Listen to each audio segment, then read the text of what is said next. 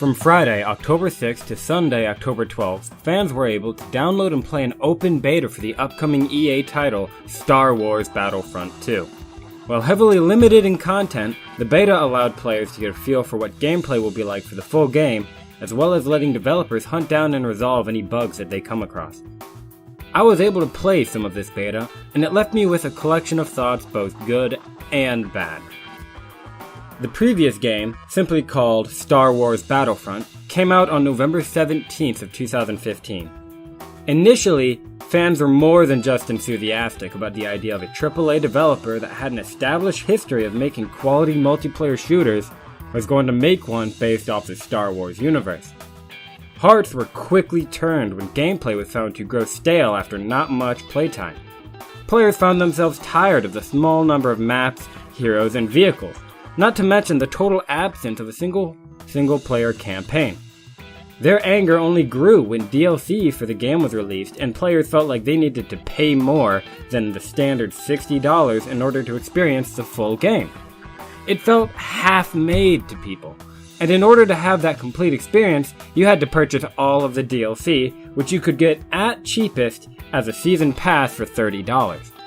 No one likes the idea of a $90 price tag to have what any game would have at $60. It wasn't until earlier this year did I give Star Wars Battlefront a chance.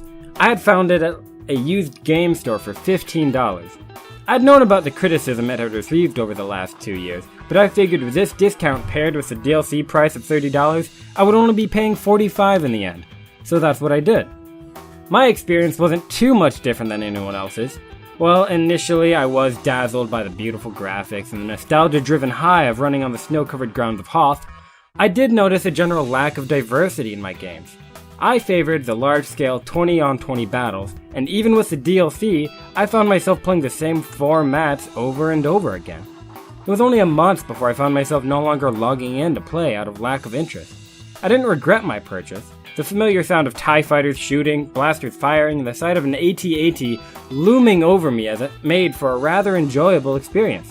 But I had paid $45. No way would I have been content with spending $90. When Star Wars Battlefront II was announced, I and many others were uneasy about how worthwhile it would be. EA must have known this, not because it was possible to avoid people complaining via the internet about it, but because the trailer seemed to address all of the players' previous complaints. The upcoming title was said to have triple the amounts of maps, vehicles, and heroes you could play as. They told us how they were going to incorporate the original trilogy as well as the prequels into their content, and that there would be a canonical single-player campaign that ties together the events between Episode 6 and The Force Awakens. Wow, that sounds amazing. A little too amazing. My skepticism remains.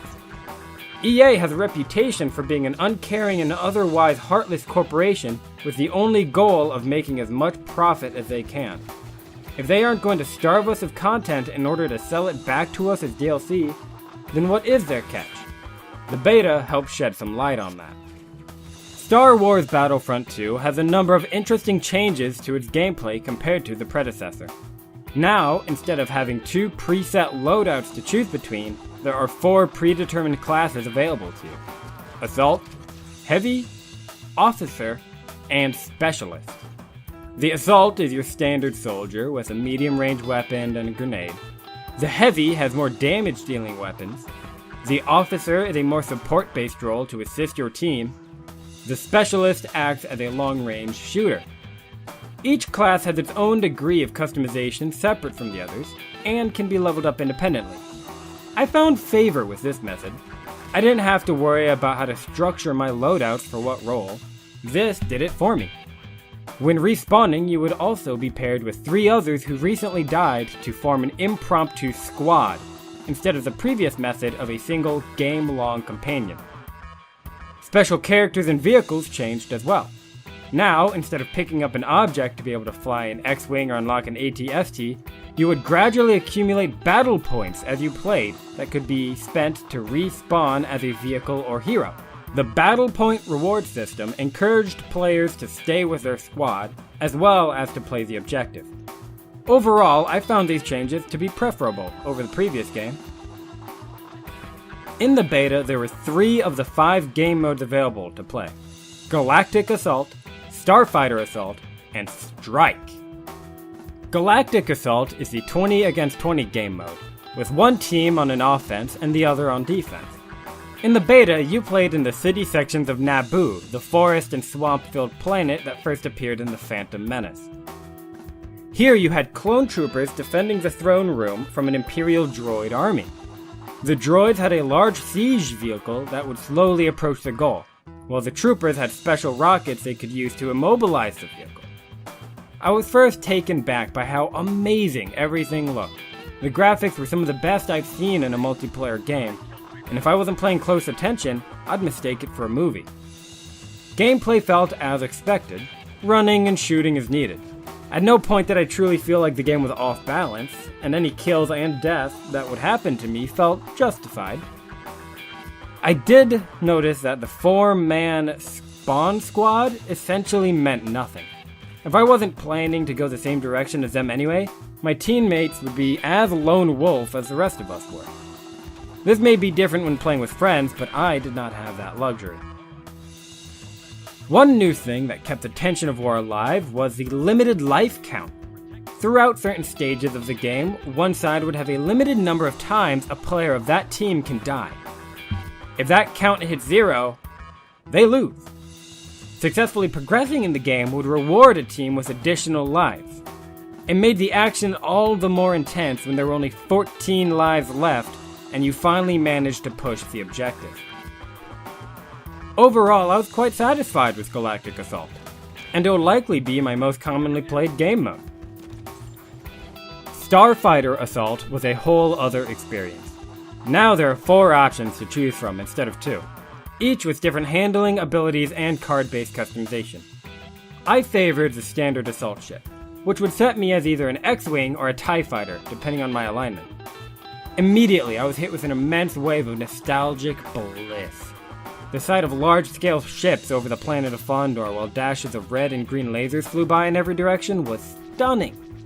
The familiar sound of TIE Fighter's signature guns was as authentic as anything from Hollywood. How everything felt was equally exhilarating. The speed and handling of your ship varied based on what you were flying. Some new changes I noticed were the removal of aerial maneuvers players could perform using the D-pad, and that if you fly long enough without adjusting your rotation, your ship would auto-orient itself to whichever way was up. As a seasoned game pilot, I initially found the automatic adjustments to be a touch disorienting, but I quickly grew accustomed to it when I'd trust in it to enable when I wanted it. Chasing other ships was as challenging as trying to shake off the ones chasing me, and while it wasn't an easy task to deal a fatal amount of damage, it wasn't so hard that it never happened. You are rewarded with shield generation whenever you go long enough without taking damage, leaving for a satisfying pride for surviving whatever skirmish you were just in. Like in the other modes, if you gathered enough battle points, you could spawn in as a hero ship. In this mode, you could be Slave 1, Boba Fett's ship, or the ever-famous Millennium Falcon, though my time with them were limited. Starfighter Assault was an undeniable blast to play, and it was one of my favorites. Strike had me the least enthusiastic. I believe that fewer players were less fun. In this 8 vs 8 mode, things operated much like a one-sided game of capture the flag. One team defended an item, while the other team tried to grab the item and return it to their side. This mode took place in the lush lands of Takodana, a location from The Force Awakens. I quickly found that the smaller player size held no ill effects to the enjoyment of my gameplay. The map design prevented the game from ever hitting a bottleneck. If too much defensive effort was given to one side, the assailants could approach from the other. Having one singular objective focus allowed the battles to travel as the goal traveled. The matches would start with a fight for the entrance to the base of operations, but as the item was taken and moved, it would carry the action with it to plant-covered forests, open beaches, or industrial pathways. For a period of time, I grew frustrated with that battle point purchasable role, the Rocket Trooper.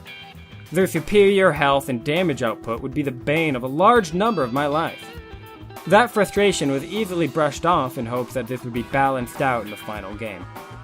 Outside of that, I still found Strike enjoyable, just not my favorite. I've mentioned a great deal about the things I liked, but what about the bad things? My doubts don't rest with the gameplay, but with the menu. Loot boxes. I never agreed with the idea of loot boxes, believing that they fed too strongly on classic gambling tactics that lead to unhealthy spending habits. Loot boxes have been a popular center of controversy in gaming of late as well. While I tolerated them in free-to-play games like Team Fortress 2, I never liked the idea of buying a game only to have to pay more money for the chance of getting that item. Most games hid behind the claim that if you can still get these items using the in-game currency you unlock from playing. But that leaves me with the choice of grinding out matches for 5 days or paying $5. People don't want to turn their game into a chore and will often opt for the monetary solution. While there's no statement about if you can buy these loot boxes in Star Wars Battlefront II with real-world cash, the mere existence of them is one major red flag in my eyes, especially from an EA-published title. Will I have to play for hours just for the opportunity to hopefully get the item I'm wanting? Will I be stuck facing people with better equipment the whole time because I don't want to shell out more money? If it was cosmetic items, I'd feel much better about the future of this game. But these boxes primarily contain gameplay-altering items. If you asked me if I loved the beta, I'd tell you that I did, and I could wish I could play more. If you asked me if I look forward to the release of the game, I'd tell you that I'm very anxious about it. Star Wars Battlefront II was a very satisfying gameplay experience that will potentially be sullied into being yet another attempt at a corporately driven try at squeezing every penny they can out of their consumers. As it currently stands, I will most likely be purchasing the game when it releases on November 17th, exactly 2 years after the previous. I stand firmly in my decision not to engage in any microtransaction that will occur within, however. If you're on the fence about getting this game, I suggest not immediately making the purchase, but instead waiting a few days and seeing what critics in the community are saying about it, and basing your decision off that. It may save you from having buyer's remorse. Thanks for listening. I'm Branden with GamersUnite.com. Be sure to check out GamersUnite.com for more.